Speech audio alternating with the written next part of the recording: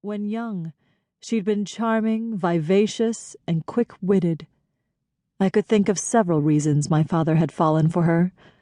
Above all, she'd brought to mind the kind of seductress the Chinese call fox spirit.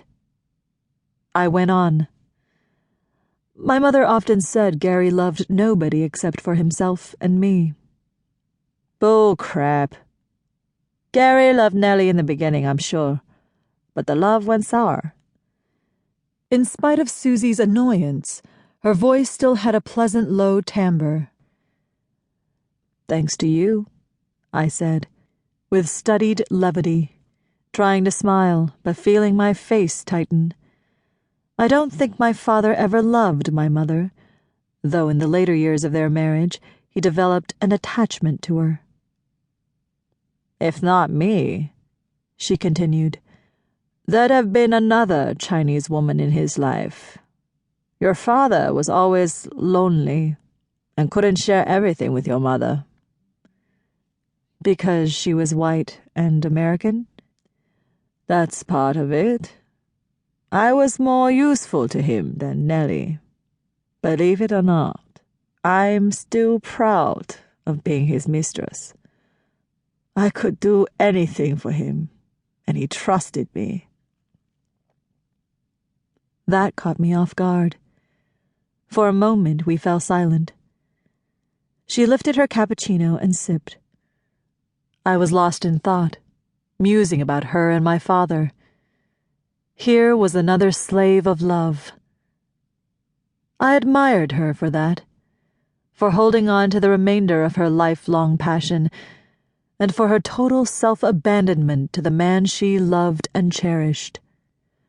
How many of us are capable of that kind of devotion without the fear of being hurt or ruined?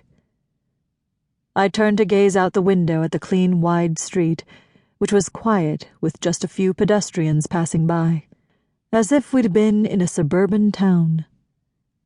It was overcast, the low clouds threatening snow. I switched to the topic that had been on my mind for a long time. Susie, I know my father had another family in China. Did you ever meet his first wife? No, I didn't. Gary missed her a lot. What's her full name? Yifeng Liu. I wish my mother had known that. I blurted out, surprising myself, because the awareness of his other family could hardly have mollified Nellie. That would have made her crazier, and she would have hated Gary and me all the more, Susie said. Do you think Yifeng is still alive? I haven't the foggiest idea. She might have remarried long ago, don't you think? I asked. Maybe. Who knows? I had a feeling you might bring up Gary's first wife. I only know her name and that they married in their mid-20s. Last night, I looked everywhere but couldn't find her address. She used to live somewhere in Shandong, in the countryside, and I don't know if she's still there, but there's somebody in Beijing who might help you track her down. Who's that? Bing Wen Chu. Goodness knows if that's his real name. Perhaps he's gone too. Here's the old address of his office. She gave me a slip of paper bearing her slanted handwriting. I liked Susie, in spite of her barbed words. She had moved to Canada in her mid-50s and married a Malaysian businessman, but the marriage fell through a few years later.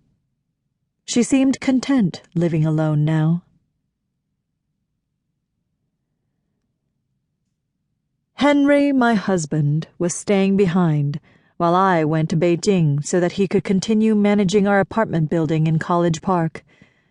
The 3-story property consisted of 18 units and sat at the end of a quiet street. It was always fully occupied, thanks to its fine amenities and bucolic setting. We'd bought the building 4 years earlier and were living in a corner apartment on the first floor. I had a studio in the basement where I